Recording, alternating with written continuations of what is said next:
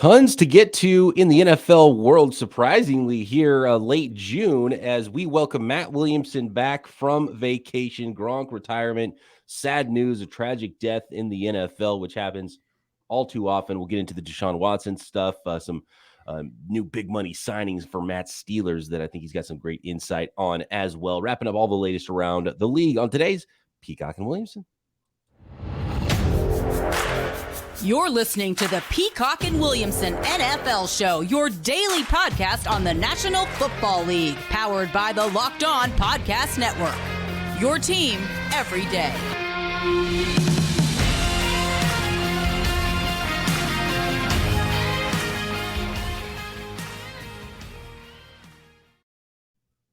Welcome to the Peacock and Williamson NFL Show. Brian Peacock and Matt Williamson with you. Williamson back in the chair after a nice little week at the beach at BD Peacock at Williamson NFL. Thanks for making Peacock and Williamson your first listen here on the Locked On Podcast Network, your team every day. Matt, I want to get a few more specifics about your vacation a little bit later, but I want to make sure we have enough time to talk about the big topic of the day, which is Rob Gronkowski's retirement from the NFL. And he had a nice lengthy statement about his career, and we knew the end was close, but the idea that Tom Brady came back, you thought, maybe Gronk, might as well come back. Why not? One more run, go get another ring. And we know it at least looks like on the surface that Gronk enjoys playing football if his body can handle it, right? But he said, in college, I was asked to write about a dream job opportunity that I wanted to pursue and where the location would be. Every time I had to write about my future, no matter what, I picked being a professional football player. For that assignment, though, we had to pick the location. So I wrote that I wanted to play in Tampa for the Tampa Bay Buccaneers for many reasons. The sunny weather being number one. I completely forgot about writing this report until 2 years ago when I had the opportunity to join the Tampa Bay Buccaneers. And let me tell you, the journey in Tampa over the last 2 years has blown away what I originally wrote about in college big time. And for this, I want to thank the whole entire first-class Buccaneers organization for an amazing ride, trusting me to come back to play and help build a championship team. I will now be going back into my retirement home, walking away from football again with my head held high, knowing I gave it everything I had, good or bad, every time I stepped out on the field. The friendships, relationships I have made will last forever, and I appreciate every single one of my teammates and coaches for giving me everything they had as well. From retirement back to football and winning another championship, and now back to chilling out. Thank you to all Buccaneers fans, the crew. Without you guys, none of this is possible. All of you brought it every game. Thank you for all you do. Cheers to what's next. Maybe sailing the seas are. So pirate-themed exit there. No mention of the Patriots, although he already retired from the Patriots in the NFL one time before. So maybe he didn't need to mention any of the rest of his football career besides the last 2 years with the Tampa Bay Buccaneers. So Gronk retires. As Matt, now I leave it up to you. Is this the greatest tight end of all time in Rob Gronkowski? Because the championship, the championship caliber play is certainly there. Statistically, the touchdowns he scored was, just amazing. He put up amazing stats. Maybe doesn't lead as many categories as some other players, but Gronk, all-time great for sure. Where does he rank? First off, great to be back. I was gone a full 7 days. Maybe our listeners don't know that through the power of manipulations that you do so well, BP. And we will talk a little about my getaway, and it was wonderful. So I haven't talked football for a full week, which is rare for me, to say the least. And a lot has gone on, actually, for this time of year, as you mentioned. Little hesitant to talk Gronk because I still think, like his buddy Brady, they might not be done. They bring me back in. Who knows? And Tom could call him in week 2, and before you know it, Gronk's catching touchdowns again. But let's discuss his legacy, because not only do I think he's clearly the best tight end that's ever lived, and I think Tony Gonzalez is unbelievable and gets forgotten a little bit, but clearly the best tight end that's ever lived. I think he's the second best Patriot player of all time. I'm including guys like John Hanna. And, I think and to take it a step further, of this generation, I think he's the number one offensive skill position player in the last 20 years or so. Of all the receivers, all the running backs, And here's why, is I think he's the most difficult person to defend. Like if you ask defensive coordinators, who do I not want to game plan against? I think Gronk is number one on the list of all guys recently. I mean, I'm not going to go back to the 70s and whatnot, And here's a simple reason why. If any offense comes out in one back, two tight ends, two receivers, well, I'm going to play my base 4-3 or my 3-4. Great. Okay. Well, they detach Gronk, and some linebacker who has no chance against them is stuck on Gronk. Okay, well, how are we going to combat that? Let's play nickel. We're going to play a big, strong safety that can cover, get him on the field, get that big thumping linebacker off the field. Well, then they run the ball down your throat, and not only does Gronk crush that strong safety, he might take your defensive end and move him off the ball or pass block. I mean, and he's enormous. I mean, he's a huge human being.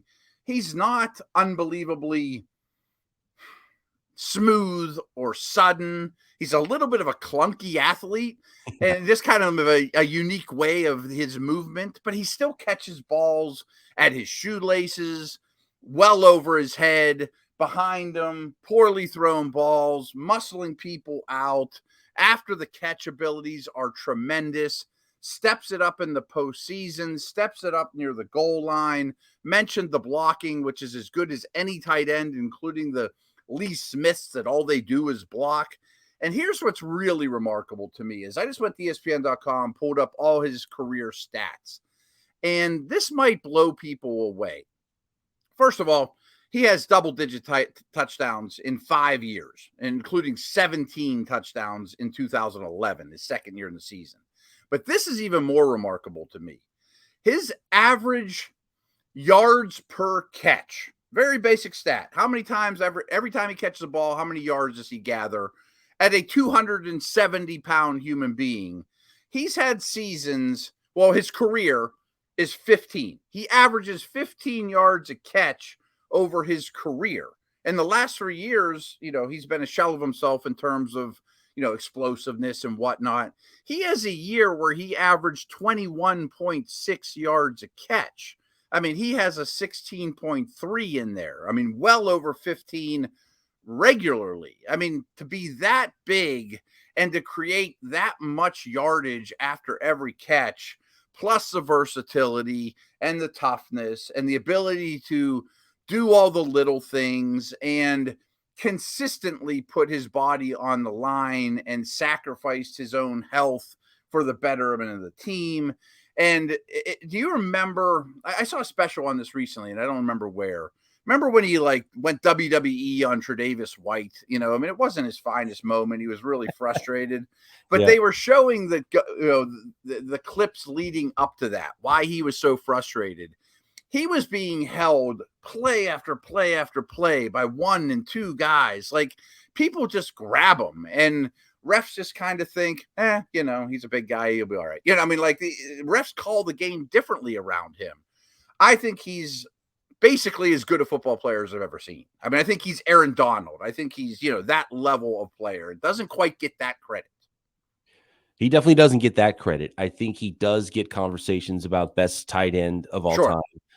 When you compare him statistically to the other top, there's really five main guys, four other guys: Tony Gonzalez, Jason Witten, Antonio Gates, Shannon Sharp, as far as yardage goes and touchdowns, and that have been the top of the heap for a while. Travis Kelce's coming. By the way, Travis Kelce's only about 200 yards behind Rob Gronkowski, so Travis is going to pass Gronk by the end of the season if Gronk stays retired and Travis Kelce doesn't get hurt or something like that. But right now, fifth all-time in receiving yards is Rob Gronkowski. He's 6,000 yards behind Tony Gonzalez, though. He's a long way behind Tony Gonzalez, which is why I would still put Tony Gonzalez number one. But Tony Gonzalez wasn't the blocker that Gronk is either. And I know that gets unfairly overlooked when it comes to tight ends, especially these days. But what's crazy is what Gronk has done in the number of games played, because he also played 130 less games than Tony Gonzalez. Right. And his he's third all time in touchdown reception. So he's scored 92 touchdowns in 143 games. And so that's pretty remarkable what Gronk did there statistically. And you're right, 15 yards per catch is way more than all these other tight ends that are 12 and 11, 10 yards, maybe 13 at the most. He's got a couple yards on just about everybody at the top of all time tight ends. So pretty remarkable career. And the only guy that's better than him in a yards per game realm is Travis Kelce. So Travis which makes sense. Got 70 yards per game in his career. Gronk was 60, just under 65.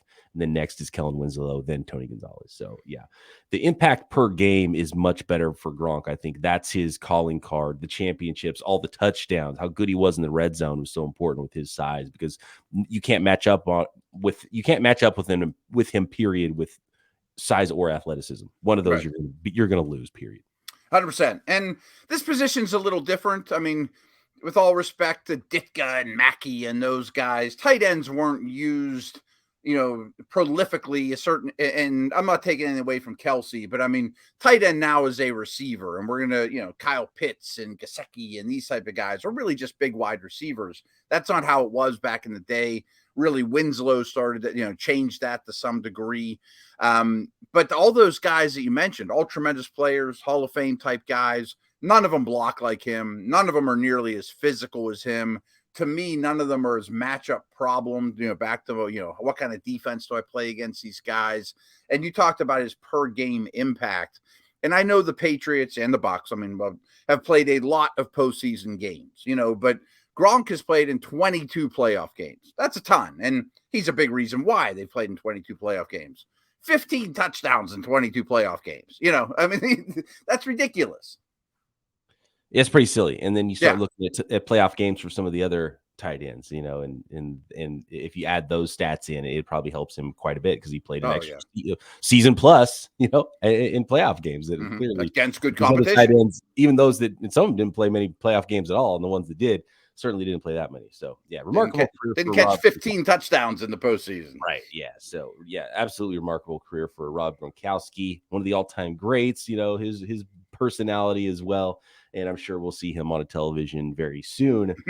Does stay retired. One note on if he will stay retired, though, because like his buddy Tom, the door's still cracked open, not because of what he said, because of what his agent said next. Some really sad news in the NFL this morning about Jaylon Furguson, Baltimore Ravens edge rusher, who sadly and tragically passed away. We've got some signings in the NFL. And I want to get your thoughts, Matt, on Deshaun Watson, whether or not you think he will be playing anytime soon in an NFL game. But first, let's talk to the folks out there about Blue Nile. At BlueNile.com, you can celebrate all of life's special moments, from creating the custom engagement ring of your dreams to gifting a classic and timeless jewelry piece, all at prices you won't find at a traditional jeweler. Whether you're ready to pop the question, celebrating a milestone moment, find jewelry as unique as her, with the modern convenience of online shopping at BlueNile.com. And that online shopping is key. You can use simple tools, choose the diamond shape, size, clarity, the setting style, and Blue Nile's jewelers go to work, handcraft her perfect engagement ring, each ring one of a kind. And when you're looking for fine jewelry, like me, you might have trouble deciding on what you should be getting. And Blue Nile has you covered there. Experts on hand 24/7, phone or chat to help you find that memorable gift at any budget. So make your moment sparkle with jewelry from BlueNile.com. And Peacock and Williamson listeners will get $50 off purchases $500 or more. So this is a podcast exclusive, includes engagement. Use code Locked On. That is promo code Locked On for the $50 off. Plus, every order insured, ships free, arrives in discreet packaging that won't give away what's inside. Shop stress free and find your forever peace. Go to BlueNile.com today. Thanks again, everybody, for making Peacock and Williamson your first listen. For your second listen, check out the live NBA draft show on the Locked On Podcast Network. If you're an NBA fan and you tuned into the NFL live draft show, it was awesome. The ultimate mock draft going on as well right now for the NBA. The entire NBA channel going live on NBA draft night. So if you have a favorite team, make sure you subscribe to their Locked On YouTube channel so you get notified when they go live on draft night. Did you see this little nugget just on the way out the door by Drew Rosenhaus Rob Gronkowski's agent that said he said Gronk could still come out of retirement, quote, if Tom Brady calls him during the season for Adam Schefter. So now there's that. I'm sure Gronk wants nothing to do with training camp, so that ain't happening. But if it's week 10 and there's a couple injuries and they look like they're going to the postseason and he's in good enough shape, and hey, Gronk, you want to come play 20 snaps a game, play third downs and critical, time possession, time down and distance situations near the goal line. What do you think? Do old Tommy a solid and come back? He'll probably say yes. Yeah. So is he retiring from training camp is my question. Exactly. I think he's done with training camps. I think that's safe to say. And never again. And he's used the retirement thing a couple times. There was the story about how he faked retirement so he didn't get traded to Matt Patricia's Detroit Lions at one point. Right. Then he actually retired. Then he came back and now retiring again. So we'll see. We may have not seen the end of Rob Gronkowski on a football field, and we for sure haven't seen the end of him on your television set. Right. Real quick on him. I mean, his backstory is pretty fascinating. He grew up in Buffalo, and I have some people that knew him well as a kid, and his dad. Really interesting family, of course. His brother was in the league. His dad was a big-time athlete. He actually owns a fitness place now, G&G Fitness. And then Gronk came to Pittsburgh for his senior year of high school, played at Woodland Hills High School, which pumps out NFL players like crazy. So he finally got recruited. Was a star at Arizona, well, kind of a star, and wasn't an early pick because of this back injury, which really never really went away. He fought through that to be the all-time great that we just discussed. I mean, pretty crazy. And it's why his games played number is so much lower than a lot of those guys. Sure. And his style of play as well. And his style that goes along with it, which probably hurt him when he was much younger, too. Yeah. Where it all stems from. You can't fake that style of play, which was what makes him great. Yeah, absolutely. Very sad news from the NFL world today. And the Baltimore Ravens announced this morning the tragic passing of Jalen Ferguson. They said in a statement that we are profoundly saddened by the tragic passing of Jalen Ferguson. He was a kind, respectful young man with a big smile and infectious personality. We express our heartfelt condolences to Jalen's family and friends as we mourn a life lost much too soon. Born in 1995, Jalen Ferguson. Gosh, that's unbelievably too soon. 26 years old, Jalen Ferguson. We don't have really any details that I've seen, Matt. I don't know if you've seen any details on it, so there's not much to say except for just how sad this is. And for some, like, really skewed toward the NFL side of things versus other sports of players dying. Right? Like, does it feel that way, or is it just because we covered the league closer? I mean, I don't know enough about the other leagues. I just know that along the lines of what you said, we lost, going back to Dwayne Haskins, we've lost 3 now in a very short stretch of all extremely young men with a lot to live for. And I don't know all the circumstances, and it's extremely sad. And can we just be done talking about these things? I mean, it's awful. I mean, again, it's been a theme, and I hate it. Yeah, there seems to be always a news cycle that's just unfortunate for some reason in the NFL, and we have to cover it. And it's the news, and it's what's going on. And you look at the Deshaun Watson stuff, and I don't really like talking about it, but it's out there, and we have to cover it. And if you want more detail on the Deshaun Watson stuff, Ross and I filling in for Matt Williamson yesterday. We got into the details of the Deshaun Watson stuff, and now 20 of his 24 civil cases have been settled. Obviously it's sort of the beginning of the end with Deshaun Watson, Matt, but knowing more and more and getting more details, and there's been more stories and more of the lawsuits have come out, and you see all these stories and what some of these women are saying about him. It's like, I can't see him playing. And that's kind of what Ross felt like yesterday. Where are you at with Deshaun Watson? When do you actually expect him to be allowed to play for the Cleveland Browns? Yeah. And I got in late last night from vacation. Haven't listened to yesterday's podcast. I absolutely will. I'm looking forward to it. Unfortunately, it's another topic that's not much fun to talk about. And I might even want to just kind of switch gears and talk Browns football more than, Watson's situation. But don't think for 1 minute, people, that because 20 of the 24 are settled, NFL's like, oh, that's fine. They don't care about that, I'm sure, one bit, Right. So my expectation is he gets an entire season, and I think that's probably fair by, past standards and other people that have done, off the field indiscretions that are at all similar, although him in his case is one of the strangest I've ever heard.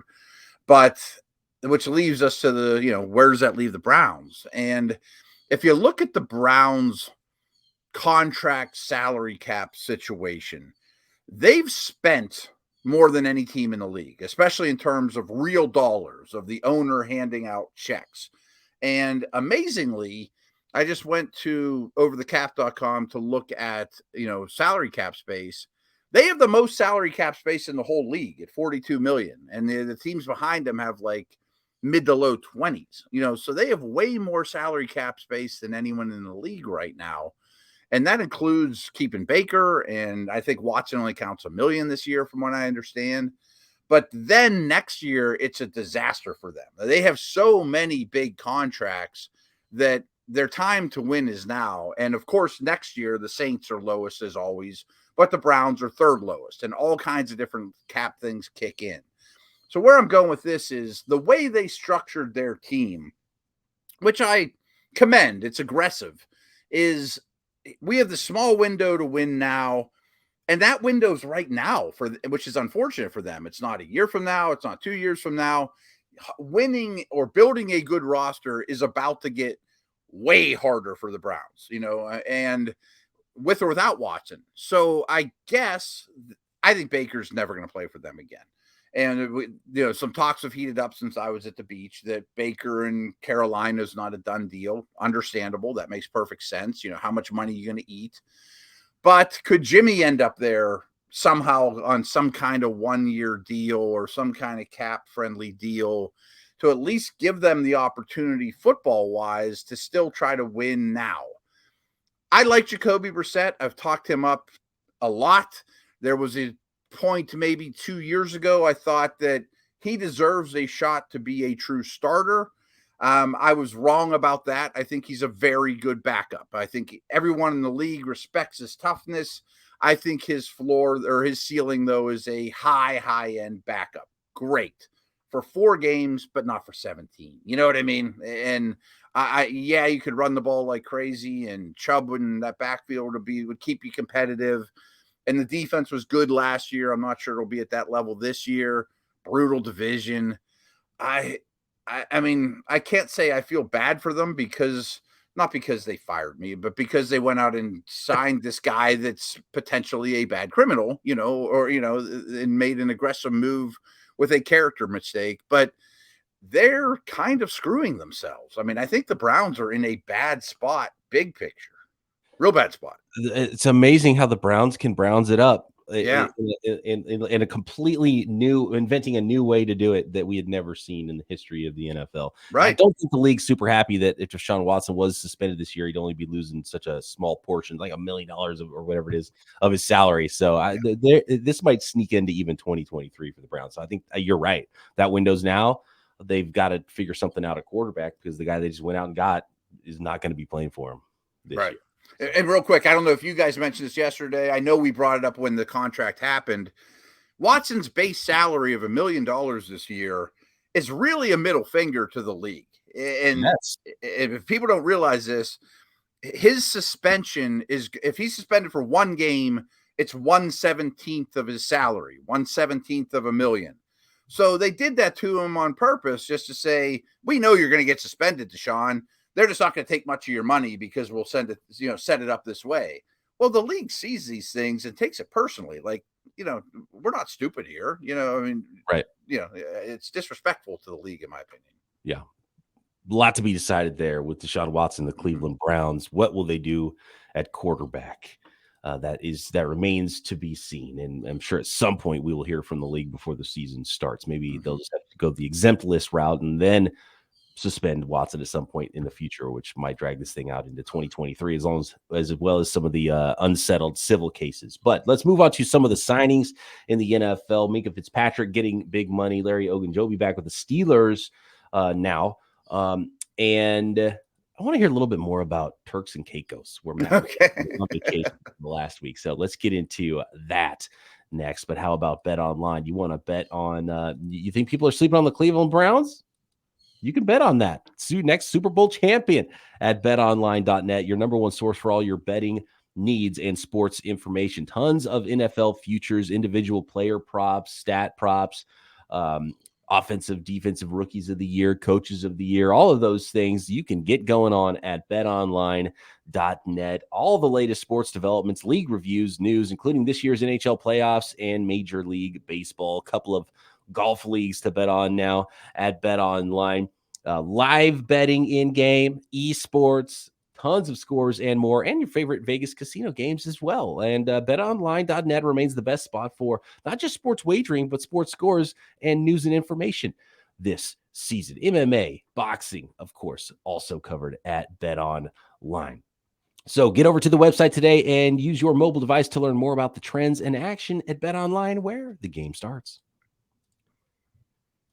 Minkah Fitzpatrick getting big money. The safety market is probably the weirdest position, Matt, to me in the NFL. You've got people at the top end, players like Minkah Fitzpatrick, $18 million per year, trading 2 first-round picks for Jamal Adams. Then you have other starting caliber safeties that sit on the free agent market until June and sign, 1 year, $4 million contracts, and they're starting caliber players. So, and I think safeties are more valuable than they ever have been, but there's almost no middle class now at safety. It's like if you're a star safety, you're going to get a ton of money, and everybody else just still has to fight for scraps, even though it's really important. And offenses are stressing safeties more than they ever have. Yeah, exactly. And again, I think it's kind of a transition period in the safety contract world, but it's gone on for a couple off seasons now, where sometimes it's like, man, that guy's a really quality. Steelers are a perfect example. Terrell Edmonds gets a lot of flack because he was a first-round pick and he's not a star. But if he was a second-round pick, everyone in Pittsburgh would be like, oh, I really like Terrell Edmonds. He plays every snap. He's a quality player. He sat on the free agent market for well past, the first couple waves of free agency, and I think the Steelers got him for like $3 million. He's a quality starting strong safety coming off his first deal. Your boy Jaquiski Tart, similar. These guys are good football players that could start for just about anyone. Is the gap from Tart or Edmonds to Minkah or Derwin that big? No, but there aren't many guys that can do what the do-it-all safeties can, and they change the game. And I don't want to stick with the Gronk theme, but if you're playing Gronk, I want Derwin or Minkah, or you know what I mean? Or if I'm playing Kittle, if I'm playing Kelsey. And the Steelers haven't used Minkah that way very much, but part of it's because when they traded for him midseason, they kind of just stuck him in center field and said, you're new here, do that. And frankly, in the safety world, true free safeties are harder to find than anything right now. You don't find Ed Reed, Earl Thomas types. So if you can do that, I always call them like a great goalie in hockey. Your defenseman can cheat up a little bit more because I got that guy behind me. I always thought Earl Thomas was the most important guy on the whole Legion of Boom defense, because the other 10 could just be like, I got the guy behind me. I can be more, I can jump this route. I can blitz, because Earl will take care of me. My goalie's going to make the save. And Minkah's done that extremely well for the Steelers. My hunch is, though, they'll probably use him more locked up on Mark Andrews or things like that now, So you just don't find guys that can do that many things well, and he's very well-rounded. Takes the ball away, too. Yes, which is key. Turnovers are so key in today's NFL. Mm-hmm. They always have been, but I feel like even more so now. You got to make teams pay for it if they're going to play a certain brand of football. Mm-hmm. So Larry Ogunjobi, 1-year deal with the Steelers. I haven't seen any other details. I don't know if there are any details. Does he make a difference for that defense? Absolutely. When Tuitt retired, there was a spot there, and that he was, to me, Namakong Su, who sounds like he's flirting with the Raiders as we speak, and Ogunjobi were the 2 defensive tackles. I did a lot of homework on it after Tuitt retired. That, these are guys that are still impact players at this stage. People don't realize that this is actually Ogunjobi's 3rd team in the AFC North. So the Steelers played against them with the Browns, played against them with the Bengals. More pass rusher than run stuffer, explosive guy, small school dude from Charlotte that's getting better and better. But he hurt his foot in the wild card game this year with the Bengals. And then when free agency opened, he signed a big contract with the Bears and then failed the physical. But that was like the day free agency opened. and was in town yesterday. And I guess they think the foot is fine or going to be fine. Get him on a 1-year deal. Haven't seen the money yet, but they have a fair amount of cap space and exactly what the doctor ordered. I mean, he'll play again next to Cam Hayward quite a bit, What I really want to know about, and I want to wait till the end of the podcast. We get all the football stuff out of the way, Matt. What's really important is how relaxed are you? Were you able to recharge? Tell me about Turks and Caicos and how your vacation was. If some of the listeners might not have realized how long you were gone, as you mentioned at the top, but we filled in some podcasts for the course of the last week or so, and I need to recharge as well. So I'm trying to think of vacation ideas. So I want you to plant some ideas in my head. I just want to hear how things went for you on vacation. Yes, and it was tremendous. It was a full 7 days, just my family, my wife and I, both our kids that are going into high school now. And trust me, we're not super wealthy or anything, but a lot of people go to Turks and Caicos are super wealthy, and you can see why. The resort we stayed in, 2 resorts down, which was like 300 yards away. LeBron James was there, and he rented out the whole top floor. And trust me, my 15-year-old son looked for LeBron on every boat, every place we went. Like, wonderful LeBron's here. So yeah, he's probably easy to spot on the beach too. 6'7", he probably stands 260 pounds or 270 pounds, whatever he is. Right, right. Probably wasn't hanging the same spots we were either. Right, but we did hear that one of the dinners we went to, he was there a couple nights before, and that made everybody happy. So whatever. But it's unbelievably beautiful. This is going to be my wife and I's 25th anniversary coming up. It's going to be her 50th birthday coming up. I mentioned my kids are both in high school. So this is the nicest vacation I've ever been on in my life. It's the nicest vacation we've ever taken our family. And that's on purpose. Remember it, kids, before you go off to college. And, and it was very memorable, just the 4 of us, family bonding. And a couple people said, this is like a top 3 beach in the entire world, just in terms of clarity and beauty. And we snorkeled like every day. You didn't have to take snorkel trips. You could like drive down the street and go, just jump in the ocean with your snorkel gear. And there was a reef. I mean, it was really cool. Last little nugget is so we get off the plane, go pick up the rental car, and like, man, this thing is a piece of crap. And okay, no problem. Didn't put 2 and 2 together. I go to get in. There's no steering wheel on the left. It's on the right. And apparently you drive on the left side of the road there. No. And this piece of crap was still one of the nicest, vehicles on the road. Many of them don't have license plates. Many of them have the lights bashed out, and everything on this car was in Chinese. I guess it was an out, just shipped there and take this old thing. And really, for the first 4 days, my family was in grave danger of me wrecking all the time. Like, I would pull out and just ride right down the right lane, just right into traffic all the time. I can't imagine. I wouldn't even. It's I don't think brutal. I could attempt it. That would just completely screw up my brain to try to drive on the left side of the road. I mean, that would be nearly impossible for me to try to do. There's no lights on any of the roads either. They're all these like turnstile, like these circular roundabouts. They're all roundabouts. Yeah. So I didn't know when to go, when not to. I would just go right into the right lane, and people beeping at you left and right. I mean, it was unbelievable. And then my family got a real kick out of this. Is again, the steering wheel's on the right. So every time I would put my turn signal on, my right hand would go up, boom, go up to go left. Well, that's the windshield wipers. like, okay, I'm turning left again. There's the windshield wipers on. Oh, I'm about to get hit. I'm in the wrong lane. Oh my God. By the end of the week, I kind of got it. It was awful. Right. That's the low light of the trip, though. The scariest part of the trip. We were all happy to make it. A mere peon that has never been to Turks and Caicos. Is it 2 islands? Is that why it's Turks and Caicos? I have no idea. No, it's one small island. I think it's like 24 miles across. And it's funny, like anywhere you went, a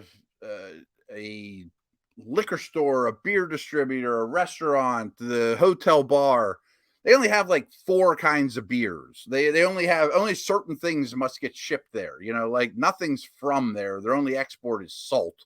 And it's just unbelievably beautiful beaches, and there's some huge money places that we weren't a part of, but we had a wonderful time. And I got to ask you this because I know some of the listeners are wondering, and we've kind of talked about this before, but what is your, I mean, you said there's not that many options. You go in cocktail, you go in beer. What was your go-to drink? You have your toes in the sand. You go in pina colada. Like what's your go-to there? Yeah, and planning ahead, we went to the duty-free place in Charlotte and got a big old bottle of tequila for the room. If you're south, it's tequila. I mean, I'm a whiskey or tequila guy. I'm Okay. not drinking bourbon on the beach, though. You know what I mean? Or Right. in 100-degree heat, it's more tequila than bourbon. So that was in the room. That was a nice staple. And I mentioned the different beers. There is a brewery on the island, and their light beer was pretty darn good, and it was going down quite well. Yeah. Nice. Oh yeah, that's the savior then. The brewery on the island, that is key for That sure. was big. Yeah. Absolutely. Smart move too. Make sure you got that bottle of your own you're taking with you, just so you know. Had a fallback plan, go back to the room, watch the NBA or NHL after a long day of being in the sun and snorkeling all day. And, we didn't just sit around, we were busy and it wore you out. And I went to bed earlier than usual, but there was a nice bottle of Julio there for me for later. Surfing, snorkeling? Lots of snorkeling. Okay. A fishing trip, deep sea fishing. That was kind of fun. Did you catch And anything? What's that? Did you catch anything? Yeah, there was 2 hours. We didn't do super well, but we caught lunch, which was grouper, these strawberry groupers that were yummy. They cooked them up right in front of us. That was awesome on Iguana Island, which was pretty cool. And then the last day, right before the day before we left, that we got up early the day we left, was glass bottom kayaks in the mangroves. You just kind of cruise around the mangroves, probably saw 40 to 50 sea turtles, 2 sharks, conch, all kinds of cool stuff. So that was really fun too, Wow. So we were active. That's fantastic. All right. Well, welcome back. And I hope you did make some memories of a lifetime there. And, nice to be able to get out and have a real vacation right after a couple of years with what we've been through. And so, but I stayed dialed in with football. I ranked my fantasy tight ends. I saw that in the middle of the week. I saw a retweet from the Locked On podcast handle is Matt Williamson's tight ends. I'm like, Williamson, go on vacation, dude. Don't be thinking about tight ends right now. I actually whipped up a quick spreadsheet too, just in my free time, Of course. I mean, it's a sickness that you've got. The show knows it and loves it. It's probably why they tune in. So, of course, later on in the week, I think we're going to go live tomorrow. We should do that. Going on in the NFL, do a little Twitter Thursday now that Williamson's back. And then Friday, we'll jump back into our fantasy war rooms. And since Matt's busting out his tight end rankings, we'll talk tight ends and hash it out. Tight end fantasy rankings on Friday's show here. Travis Kelce is not number 1. Oof. How about them apples? And I guess we'll have to ask you where Gronk would rank if he was to come out of retirement too. Maybe he's included. All right, good stuff. Thanks, everybody, for making Peacock and Williamson your first listen. For your second listen, check out the live NBA mock draft going on right now. Your team is covered right here, no matter the sport, on the Locked On Podcast Network. Matt and I back tomorrow, a little Thursday live right here, Peacock and Williamson.